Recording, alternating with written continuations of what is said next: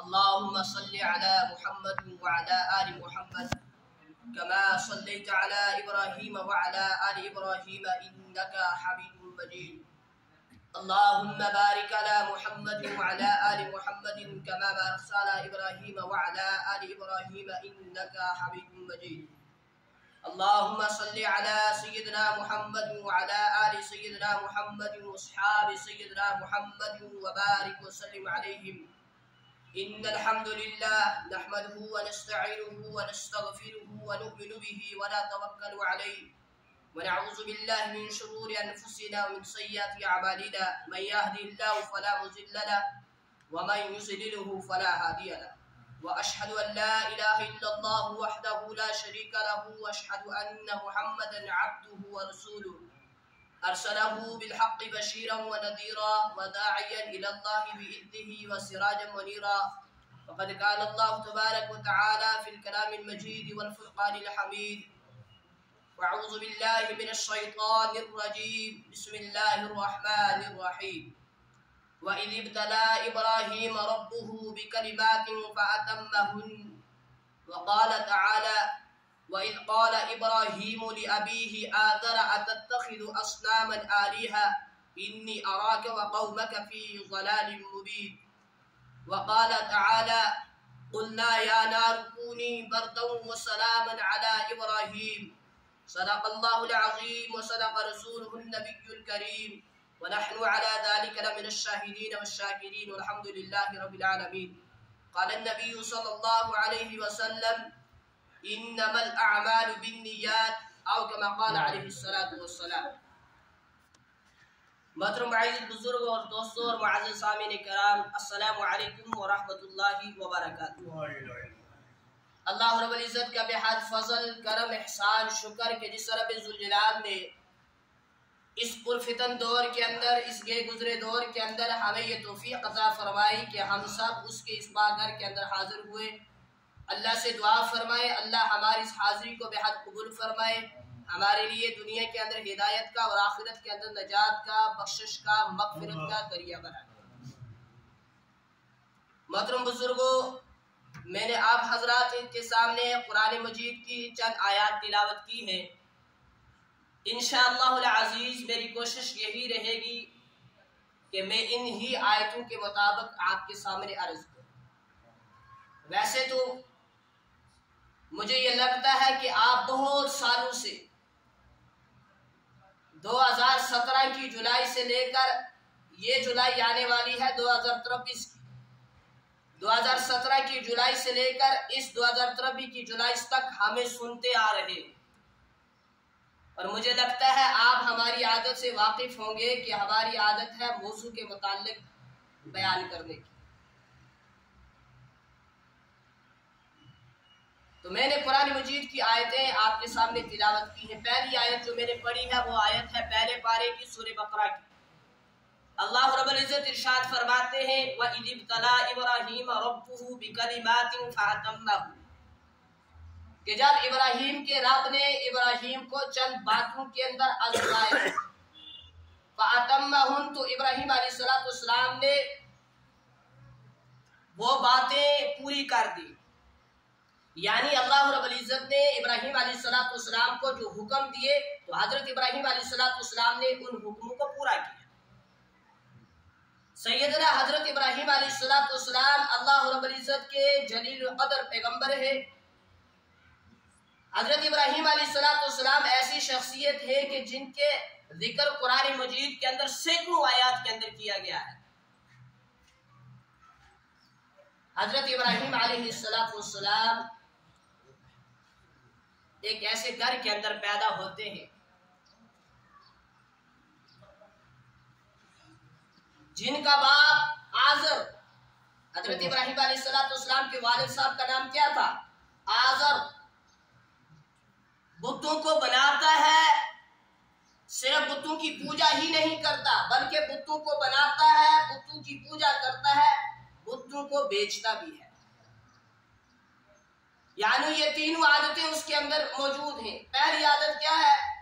وہ بتوں کو ہاتھوں سے بناتا ہے، پھر بتوں کو پوجتا ہے، ان کے سامنے سجدہ کرتا ہے، ان کو حاجت روا مشکل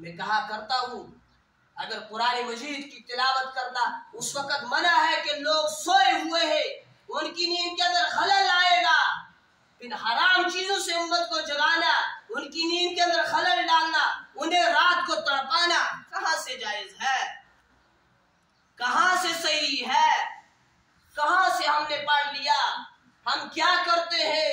ابھی بھی ہمارے اندر ویسی کی ویسی جہالت بری ہوئی ہے، اتنا دین ہونے کے باوجود، گاؤں گاؤں کے اندر مولوی ہونے کے باوجود، گھر گھر کے اندر حافظ قرآن ہونے کے باوجود ہم جیسا کرتے ہیں ویسا ہی کرتے ہیں، ہمارے اندر کوئی تبدیلی نہیں آئی۔ ہر جمعے کو بیان، ہر اجتماعوں کے اندر بیان، موبائلوں کے ذریعے سے بیان، ٹی وی کے ذریعے سے بیان، لیپ ٹاپ کے ذریعے سے بیان، چینلوں کے ذریعے سے بیان، ریڈیو کے ذریعے سے بیان، مگر پھر بھی ہم سنتے ہیں، عمل نہیں کرتے۔ تو آج بھی لوگوں کا یہ نظریہ ہے ہمارے باپ دادا یوں کرتے تھے، ہم بھی ویسا ہی کریں گے۔ تو میں کہا کرتا ہوں پھر ابراہیم علیہ السلام کا باپ آزر بتوں کی پوجا کرتا تھا، بیٹے کو کہنا چاہیے تھا میں بھی ایسا کروں گا، لیکن نہیں کہا کیونکہ یہ خلیل اللہ ہے، یہ نبی ہے۔ باپ جو تھا آزر شریعت کے خلاف کر رہا تھا، بیٹا شریعت کے اوپر چل رہا تھا کیونکہ وقت کا نبی تھا، اور باپ کو ٹوکا، ابا جان میرا دل کہتا ہے انی اراک وقومک فی ضلال مبین، تم بھی اور تمہارے ماننے والے، تمہاری اتباع کرنے والے، تمہارے پیچھے چلنے والے، تمہاری قوم بھی گمراہ ہے۔ اگر یہ بات آج کہی جائے بزرگوں کو کہ بزرگوں آپ یہ کام غلط کر رہے ہو، یہ کام شریعت کے خلاف ہے، تو بزرگ جواب دیتے ہیں تمہیں دین کا کیا پتا، تمہیں تو پیدا ہوئے جمعہ 8 دن ہوئے، مجھے سکھاتے ہو دین کیا ہے، تم تو میرے ہاتھوں کے اندر پلے ہو، پڑے ہوئے ہیں، تم کل کی پیداوار ہو، تمہارا جنم ابھی کل کو ہوا ہے، تم مجھے بتاتے ہو کہ مجھے کیا کرنا چاہیے، میں جو کرتا ہوں وہ ٹھیک کرتا ہوں، لیکن وہ ٹھیک نہیں ہے، وہ غلط ہے۔ اگر وہ شریعت کے خلاف ہے تو وہ ٹھیک نہیں ہے، وہ غلط ہے، وہ غلط ہے، سراسر غلط ہے۔ ہم تو کہیں گے، ہم تو کہتے رہیں گے، ہمیں جہاں بھی موقع ملا، یہ نہیں کہ ممبروں ہی سے کہیں گے، ہم ممبر کے نیچے بھی بات کہیں گے شریعت کی، ہم گھر سے بھی کہیں گے، ہم جس ذریعے سے دین کی بات دوسروں تک پہنچ سکتی ہے ہم اس ذریعے سے کہتے رہیں گے، کہتے رہیں گے۔ کہنا ہمارا کام، عمل کی توفیق دینا ہمارے رب کا کام، ہم کہتے رہیں گے، آخری سانس تک کہتے رہیں گے۔ ہمیں جب حضرت اسرائیل علیہ السلام آ کر ہمیں لے جائے، ہم تب تک حق کی آواز کو بلند کرتے رہیں گے۔ ہم یہ نہیں دیکھیں گے ہمارا رشتہ دار ہے، ہمارا سگا ہے، ہمارے خاندان سے ہے، ہماری برادری سے ہے، ہماری قوم سے ہے، ہماری ذات کے ساتھ اس کا تعلق ہے، ایسا ہم کچھ نہیں دیکھنے والے۔ ہم حق کہتے رہیں گے جب تک ہمارے جسم کے اندر جان ہے، جب نکل جائے تو اللہ کے یہاں چلے جائے۔ ہم اتنا کہیں گے یا اللہ ہم نے کہا تھا، ہم کہتے تھے، ہم ممبروں سے بھی کہتے تھے، ممبر کے بغیر بھی کہتے تھے، جہاں موقع ملتا تھا ہم وہاں کہتے رہے یا اللہ ہم نے حق ادا کیا ہے، ہم کہتے رہیں گے اور انشاءاللہ کہتے ہی مر جائیں گے۔ ہمارے اوپر جب موت کا حملہ ہوگا اس وقت ہماری زبان کے اوپر کسی کنجری کا، کسی ہیرو کا گانا نہیں ہوگا، انشاءاللہ اس وقت بھی قرآن ہوگا اور احادیث رسول ہوگی جب ہماری روح پرواز کرے گی۔ تو لوگوں سے کہا جائے کہ یہ بات غلط ہے تو بزرگ کہتے ہیں تمہیں کیا پتا دین کا، تم تو کل کی پیداوار ہو، مجھے دین سکھاتے ہو، لہٰذا میں ٹھیک کرتا ہوں۔ لیکن بزرگ ہے، ہمارا باپ ہے، ہمارا دادا ہے، ہماری برادری سے ہے، ہمارا گاؤں والا ہے یا بغیر گاؤں کے ہے، جو بھی ہے اگر وہ شریعت کے خلاف کر رہا ہے تو وہ غلط کر رہا ہے، وہ اللہ کا مجرم ہے اور اسے قیامت کے دن جواب اللہ کے یہاں دینا ہے۔ تو ابراہیم علیہ السلام ابھی ان کی عمر کتنے سال کی ہے؟ 7 سال کی ہے، اور لاجواب بچپن ہی کے اندر خطاب کرتے ہیں، باپ سے کہتے ہیں وَإِذْ قَالَ إِبْرَاهِيمُ لِأَبِيهِ آذَرَ أَتَتَّخِذُ أَصْنَامًا آلِهَةً إِنِّي أَرَاكَ وَقَوْمَكَ فِي ضَلَالٍ مُبِينٍ۔ یہ واقعہ 14 صدیاں پہلے، ہزاروں سال پہلے پیش آیا تھا، اللہ نے قرآن مجید کے اندر نقل کیا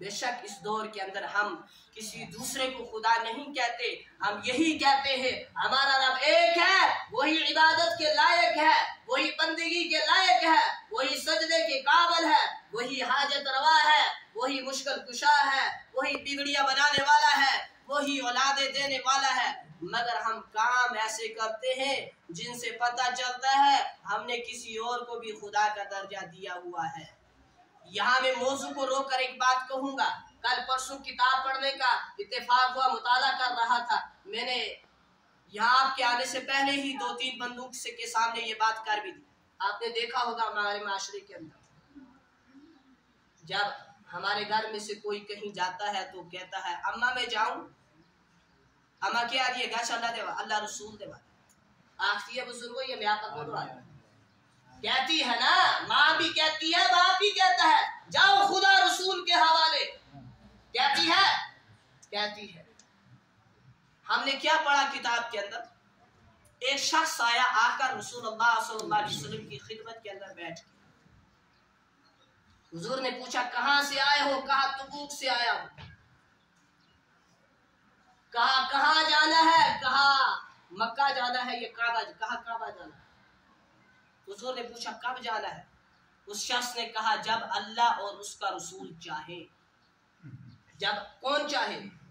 اللہ اور اس کا رسول چاہے۔ تو حضور نے فرمایا تم اس چیز کے اندر، اس چاہنے کے اندر مجھے بھی خدا کا شریک بنا رہے ہو، ایسا نہ کہو بلکہ یوں کہو جب صرف اللہ چاہیں گے تو میں کعبہ جاؤں گا، مکہ جاؤں گا۔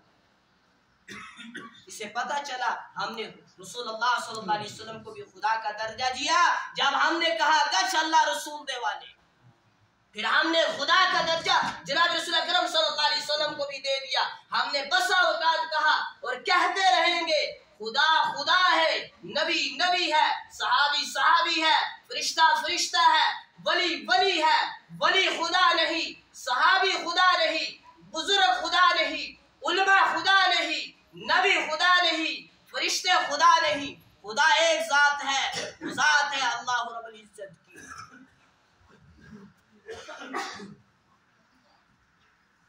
تو لوگ کہنے لگے کہ یہ ابراہیم ہی کا کام ہو سکتا ہے، انہوں نے ہمارے بتوں کو کیا کیا؟ ان کا بیڑا غرق کیا۔ ابراہیم علیہ السلام کو اس نے کہا، نمرود نے کہا ان کو بلایا جائے، دربار شاہی کے اندر بلایا جائے۔ ابراہیم علیہ السلام سے نمرود نے پوچھا ابراہیم آپ نے ہمارے خداؤں کا بیڑا غرق کیا؟ تو نہ ہی ابراہیم نے کہا میں نے کیا ہے، نہ ہی کہا میں نے نہیں کیا، نہ ہاں کی نہ کی۔ کہا تمہارے خداؤں کو ہوا کیا؟ تو کہنے لگا ایسا ایسا ہوا، وقت کام ہے میں مختصر کرتا جا رہا ہوں۔ نمرود نے کہا یہ ہمارے بتوں کے ساتھ ہوا ہے۔ تو ابراہیم علیہ السلام نے پوچھا کہ وہاں آپ نے کیا دیکھا؟ تو کہا وہاں ہم نے دیکھا ہے کہ بڑا بت جو ہے اس کے کاندھے کے اوپر کلاڑی ہے۔ تو فرمایا یہ اس سے پوچھو نا تمہارے ساتھ کس نے کیا؟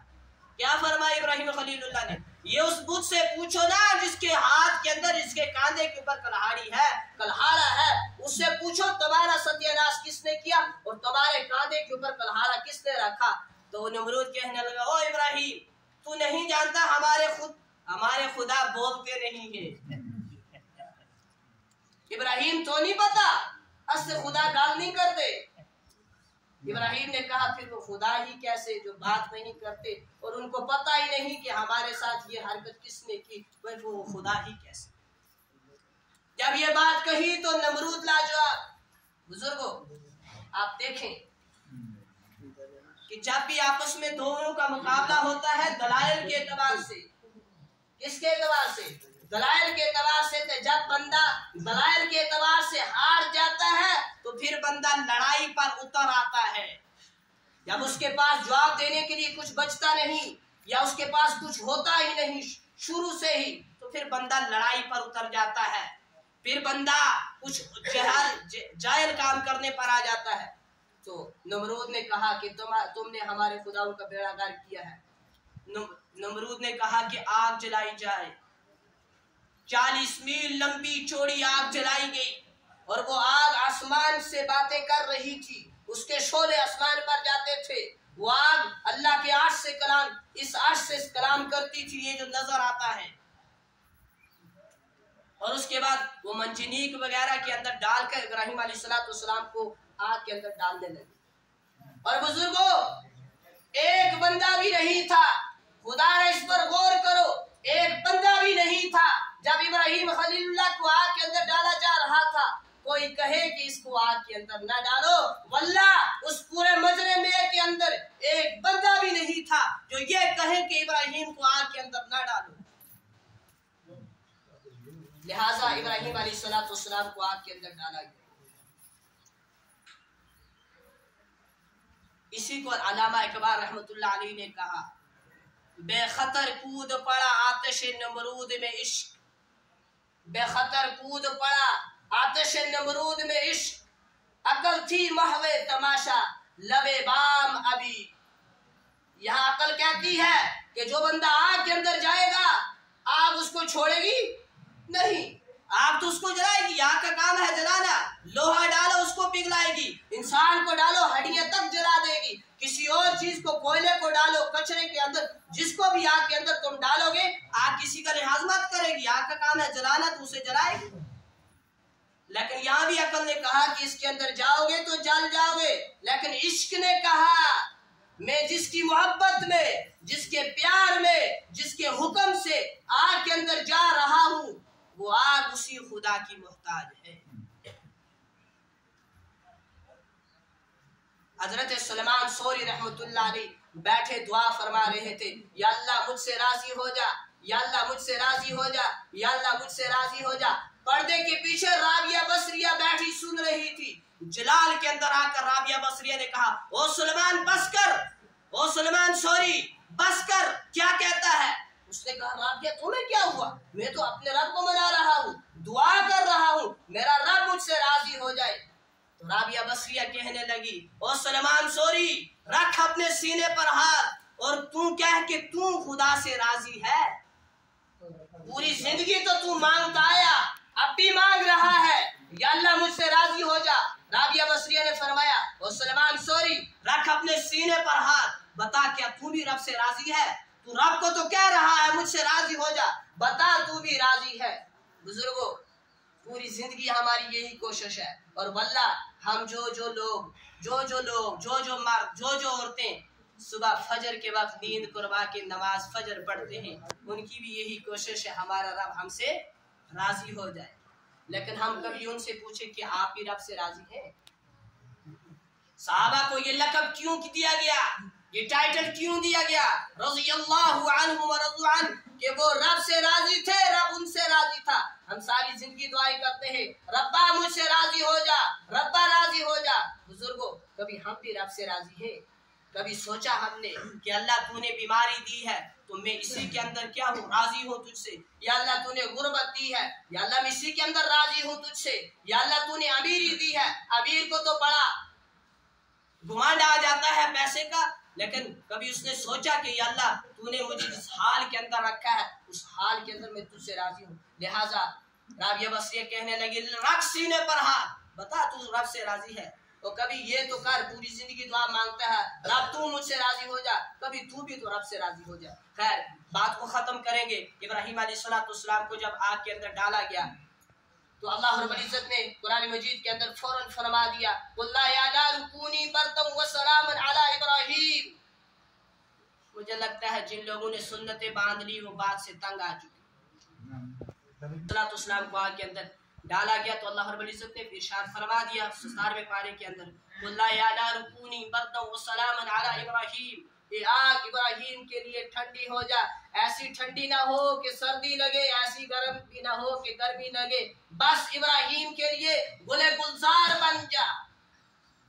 تو آگ اللہ ہی کی محتاج تھی تو اس نے اللہ ہی کا ماننا تھا، آگ ابراہیم علیہ السلام کے لیے گل گلزار بن گئی۔ کسی نے کہا آج بھی آگ گل گلزار بن سکتی ہے، شرط یہ ہے کہ تجھ میں ایمان ہو ابراہیمی، ایمان تجھ میں ہو ابراہیم جیسا تو آج بھی گل گلزار بن سکتا ہے۔ تو خیر بزرگوں 4 بڑے بڑے امتحانات ہوئے تھے حضرت ابراہیم علیہ السلام کے، تو ایک ہی کے اوپر وقت پورا ہو گیا۔ آپ سے اجازت چاہیں گے انشاءاللہ العزیز 2